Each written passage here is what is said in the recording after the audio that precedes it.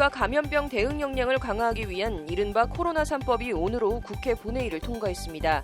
국회의장을 포함한 여야 의원 전원이 마스크를 쓰고 본회의를 진행하는 진풍경이 벌어졌습니다. 법무부가 오늘 지난 20년간 성범죄자 7만 5천여 명을 전수 분석한 2020 성범죄 백서를 발간했습니다. 같은 장소에서 같은 수법으로 재범을 저지르는 경우가 많은 것으로 나타났습니다. 공인이 아닌 일반인 피의자의 경우 검찰이 포토라인에서 얼굴을 가려줄 의무가 있지만 이를 위반했다고 해서 곧바로 손해배상 책임이 성립하는 것은 아니라는 법원 판결이 나왔습니다. 불법 성매매 업소에서 챙긴 뇌물을 나눠 가진 혐의로 재판에 넘겨진 전직 경찰관에 대해 대법원이 무죄를 확정했습니다. 해당 경찰관을 무고한 사람은 동료 경찰이었습니다. 2월 26일 법률방송 로투데이 시작하겠습니다. 첫 소식입니다. 국가 차원 감염병 대응 역량을 강화하기 위한 감염병 예방관리법, 검역법, 의료법 개정안 등 이른바 코로나 3법이 오늘 오후 국회 본회의를 통과했습니다. 오늘 코로나 3법 처리엔 문희상 국회의장이 마스크를 쓰고 본회의 개의 선언을 하는 진풍경이 벌어지기도 했는데요. 본회의에 앞서 열린 법사위 전체 회의에선 박능후 보건복지부 장관을 출석시켜놓고 정부의 코로나19 대응을 두고 여야가 신경전을 벌이기도 했습니다. 장한지 기자입니다.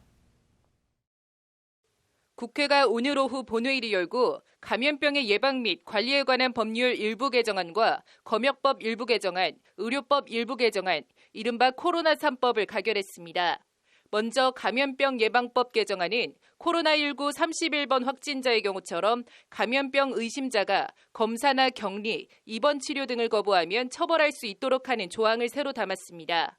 검사를 거부할 경우 300만 원 이하의 벌금에 처하도록 했고 감염병 환자로 의심되는 사람이 자가격리나 입원 치료 조치를 위반할 경우엔 1년 이하의 징역 또는 1,000만 원 이하 벌금에 처하도록 했습니다.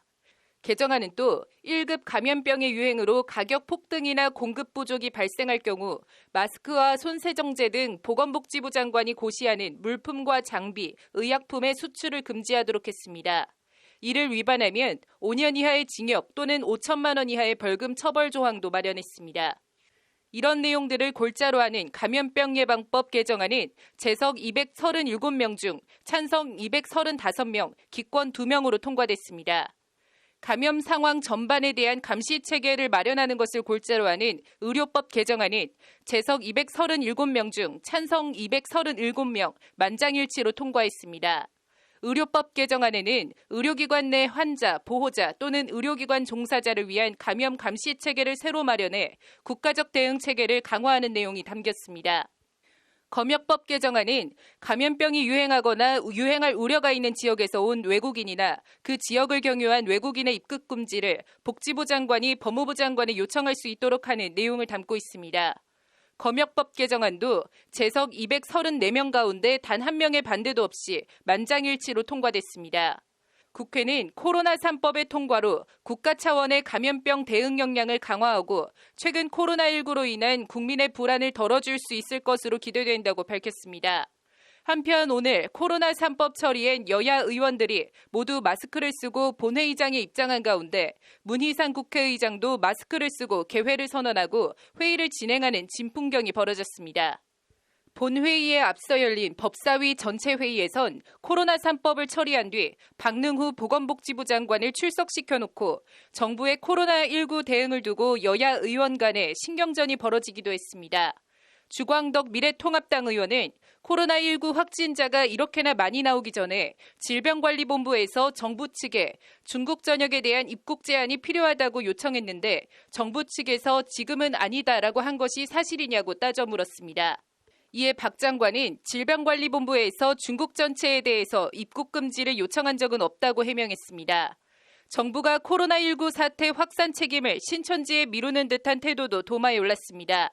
장제원 미래통합당 의원은 정부가 특정 집단의 문제였다, 중국을 방문한 우리 국민들의 문제였다 이런 식으로 말하는데 우리 국민들의 정서와는 정면으로 배치되는 그런 발언을 한 데 대해서 무척이나 안타깝다며 우리 국민들이 왜 이렇게 분노하는지 그 지점을 생각해봐라 라고 목소리를 높였습니다. 대통령의 진정성 있는 사과를 촉구하는 목소리도 나왔습니다. 대통령께서 국민들에게 최선을 다했지만 이렇게 된 거 죄송하다, 미안하다 이 정도는 말씀을 해줘야 국민들이 위로를 받는다라는 게 박지원 민주통합의원 모임 의원의 말입니다. 여당인 더불어민주당 김종민 의원은 이번 코로나19 사태는 정치적 사건이 아닌 보건 안전 사건이다. 지금은 힘을 모아서 위기를 극복해야 할 시점이라며 정부가 잘한 것, 잘못한 것이 있는데 함께 마음을 하나로 모아서 이 문제를 극복하는 역할을 국회가 해야 한다고 읍소했습니다. 법률방송 장한지입니다.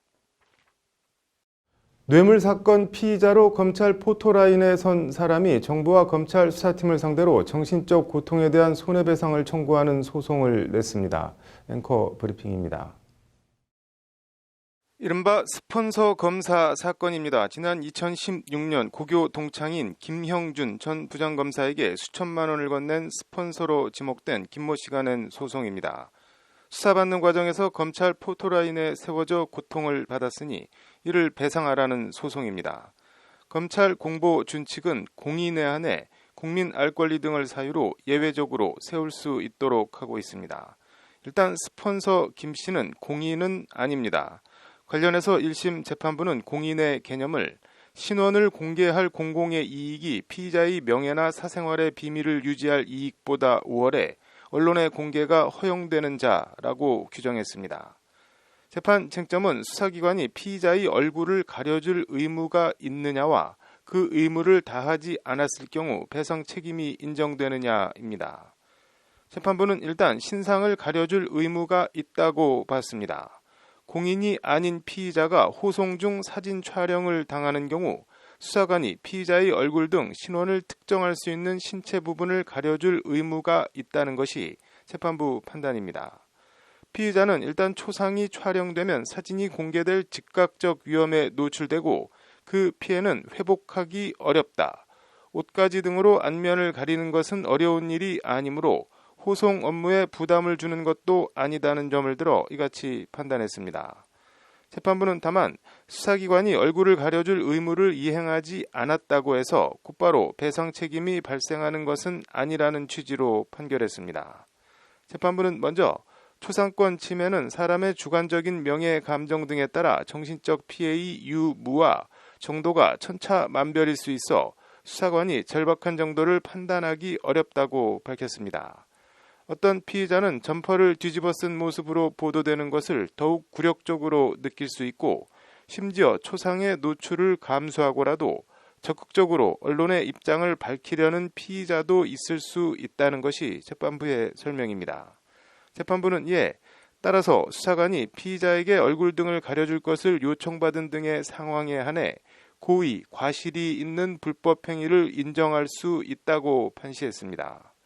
김 씨가 얼굴을 가려달라고 먼저 검찰 수사팀에 요청하지 않아서 배상 책임이 발생하지 않는다는 취지의 판결입니다. 예전에도 지금도 피의자들을 검찰 포토라인에 세우는 게 국민 알 권리와 무슨 큰 상관이 있을까 하는 회의감은 있습니다.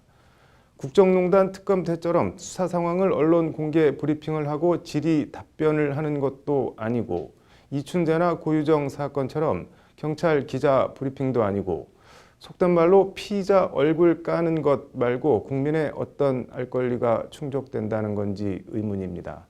헌법상 무죄 추정의 원칙, 형법상 피의사실 공표죄, 형사소송법상 비밀 엄수 규정, 그동안 검찰 포토라인이 자의적으로 깨트려온 측면이 있는 형사법의 원칙들입니다.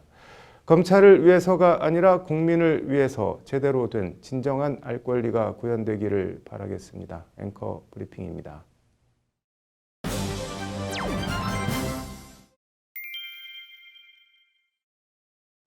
네, 법무부가 오늘 성범죄자 7만 5천여 명을 분석한 2020 성범죄 백서를 발간했습니다. 로인사이드 신세아 기자 나와 있습니다.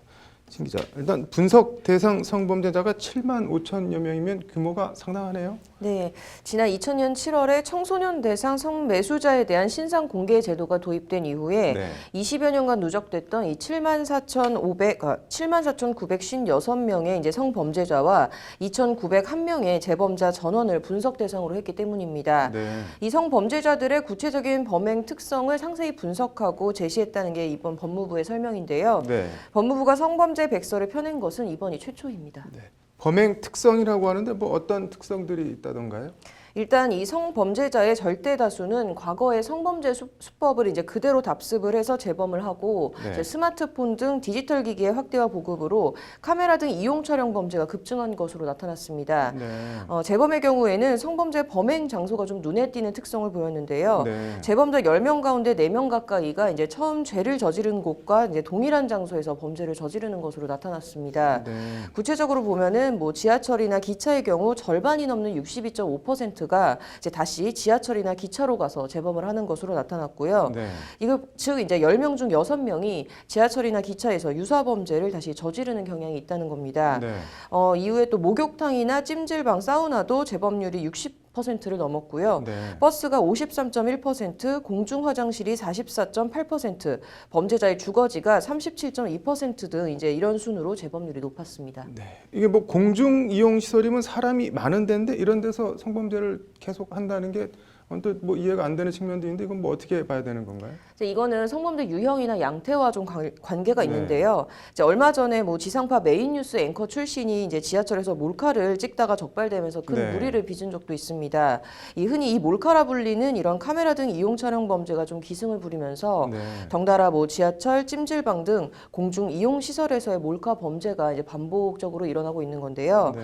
이 백서를 보면 지난 2014년 412건에 불과하던 이 카메라 등 이용 촬영 범죄가 2018년에는 2,388건으로 무려 6배 가까이 이제 폭증을 한 것으로 나타났습니다. 네. 실제 재범률을 봐도 불법 촬영 범죄가 75%로 가장 높게 나타났고요. 네. 강제 추행이 70.3%, 공중 밀집 장소 추행이 61.4%로 이제 이들 이 성범죄 재범률이 다른 성범죄 재범률에 비해서 상당히 큰 것으로 나타났습니다. 그래서 이 범행 수단을 보면 재범자 2명 가운데 1명은 뭐 수면, 음주, 약물 등을 이용해서 범행하는 것으로 조사가 됐습니다. 뭐 피해자를 찾기 손쉬운 곳에서 성범죄를 저지른다는 건데 처벌 수위는 어떻게 조사가 됐나요? 실형이 선고되는 비율은 높지가 않았는데요. 네. 몰카 범죄 같은 경우는 벌금이나 집행유예 또는 이제 선고유예 등으로 풀려나고 징역의 선고 비율은 네. 8.2%밖에 안 됐습니다. 네. 이 상습 몰카범이 아닌 경우에는 이제 대부분 법원에서 이제 선처를 하는 것으로 나타났는데요. 네. 강제추행의 경우에도 뭐 징역 실형을 선고받는 경우는 16% 정도에 불과했습니다. 네. 그래서 이 또한 뭐 초범이나 반성 이런 사유들로 사실상 이제 솜방망이 처벌이 내려지고 있는 실정인데요. 네. 직접적인 성폭행이나 강간의 경우도 실형을 선고받은 비율이 고작 이제 51.6%로 네. 강간범 2명 중에 1명은 교도소에 이제 안 가고 풀려나는 것으로 조사가 됐습니다. 뭐 대책이 필요할 것 같은데 이건 뭐 어떻게 해야 되나요? 그러면? 일단 법무부에서는 이런 법원 판결 자체에 대해서는 네. 뭐 별다른 이제 평가는 하지 않았고요. 네. 법무부가 성범죄 예방을 위한 효과적인 수단으로 이제 제시한 것은 성범죄자 이제 공개 제도입니다. 네. 이제 많은 성범죄자가 이제 유사한 수법으로 재범한다는 것을 감안했을 때 네. 성범죄자의 정보를 등록해서 공개를 하고 이제 고지를 하는 이 성범죄자 관리 제도는 이제 성범죄 예방을 위한 효과적인 수단이 될 거다라는 게 이제 법무부의 이제 설명입니다. 네. 뭐 아무튼 성범죄 재발 차단이라는 소기의 목적을 달성할 수 있도록 잘 운영이 됐으면 좋겠네요. 오늘 잘 들었습니다. 다음 소식입니다. 불법 성매매 업소에서 챙긴 뇌물을 나눠 가진 혐의로 재판에 넘겨진 전직 경찰관에 대해 대법원이 무죄를 확정했습니다. 판결로 보는 세상입니다. 서울 강남경찰서에서 근무하며 불법 성매매 유흥주점 단속 업무를 담당하던 경찰관 박모 씨는 같은 업무를 하는 동료 경찰 정모 씨가 10여 개 업소로부터 단속 무마 등을 대가로 정기적으로 금품을 상납받는 사실을 알게 됐습니다. 정 씨가 정기적으로 상납받은 업소엔 이른바 룸살롱 황제로 불렸던 이경백 씨가 운영하던 업소도 여럿 포함된 것으로 전해졌습니다. 그런데 박 씨는 금품을 상납받아오던 정 씨로부터 자신이 관리하는 불법업소를 단속하지 말아달라는 부탁과 함께 12차례에 걸쳐 모두 3,600만 원을 받은 혐의로 재판에 넘겨졌습니다. 정 씨는 하지만 재판에서 자신은 박 씨에게 뇌물을 받은 적이 없다며 박 씨가 허위 진술을 한 것이라고 주장했습니다. 동료 경찰관인 박 씨가 허위 진술을 한 이유에 대해선 2010년 이경백을 수사해 구속하는 데 일조했는데 이경백이 이에 앙심을 품고 정 씨를 사주해 내가 뇌물을 수수한 것처럼 허위 진술을 하게 한 것이라고 주장했습니다. 1심은 박 씨의 주장을 받아들여 특정범죄 가중처벌법상 뇌물 혐의로 기소된 박 씨에 대해 무죄를 선고했습니다. 이경백은 피고인을 상당히 원망하고 있었다고 짐작된다. 이경백이 불안정한 지위에 있던 정 씨를 회유해 피고인을 궁지에 몰아넣기 위해 관련 진술을 유도했을 가능성을 배제할 수 없다는 것이 1심 재판부 판단입니다. 재판부는 이에 피고인의 공소 사실을 증명할 직접 증거가 정 씨의 진술뿐인 상황에서 정 씨의 진술이 합리적인 의심을 배제할 정도의 신빙성이 있다고 볼 수 없다고 판시했습니다. 검사는 무죄 판결에 불복해 항소했지만 2심에서도 무죄가 선고됐습니다. 당시 많은 경찰관들이 이경백으로부터 뇌물을 받았다는 혐의로 조사를 받는 상황이었다. 정 씨가 검찰에서 피고인에게 뇌물을 줬다고 진술을 하게 된 경위를 고려해보면 그 신빙성이 상당히 의심스럽다. 범행을 인정하기 부족하다는 것이 2심 재판부 판단입니다. 대법원 2부 주심 이기택 대법관은 원심 판결에 법리를 오해한 잘못이 없다며 무죄를 확정했다고 오늘 밝혔습니다. 법원 판결 내용대로라면 룸살롱 황제가 자신이 정기적으로 뇌물을 상납해온 부패한 경찰을 회유를 했든지 압박을 했든지 하여간 작업을 해서 예전에 자신을 구속시킨 경찰을 받지도 않은 뇌물 혐의로 엮어 넣었다는 얘기가 됩니다. 참 영화 같은 얘기입니다. 100번을 양보해 앙심을 품은 룸살롱 황제야 그렇다 치고 경찰관으로서 동료의 인생을 끝장낼 수 있는 뇌물 무고를 한 그 언필칭 동료 경찰 정모 씨라는 사람은 참 어떤 사람인지. 불가에선 복 중에 복은 인연복이라는 말이 있는데 복까진 잘 모르겠고 아무튼 사람 잘 만나는 건 정말 중요한 것 같습니다. 언제나 뜻대로만 되지 않는 게 또 인생이긴 하지만 말입니다. 판결로 보는 세상입니다. 네, 오늘 준비한 소식은 여기까지입니다. 시청해 주셔서 감사합니다.